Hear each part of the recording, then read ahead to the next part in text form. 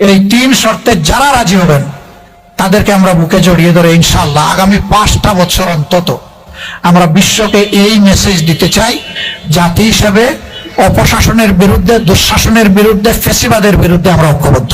আমাদের প্রথম শর্ত, যারা আমাদের সাথে আসবেন তাদেরকে ওয়াদা করতে হবে নিজে দুর্নীতি করবেন না এবং কোনো দুর্নীতিবাজকে প্রশ্রয় দেবেন না। এটা নাম্বার 1।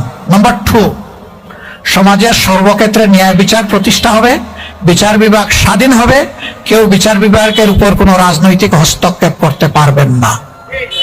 নাম্বার 3, জুলাইয়ের আকাঙ্ক্ষা অনুযায়ী যে সনদ ইতিমধ্যে তৈরি হয়েছে সেই সনদ বাস্তবায়নের সক্রিয় উদ্যোগ নিতে হবে, বিরোধিতা করতে পারবেন না।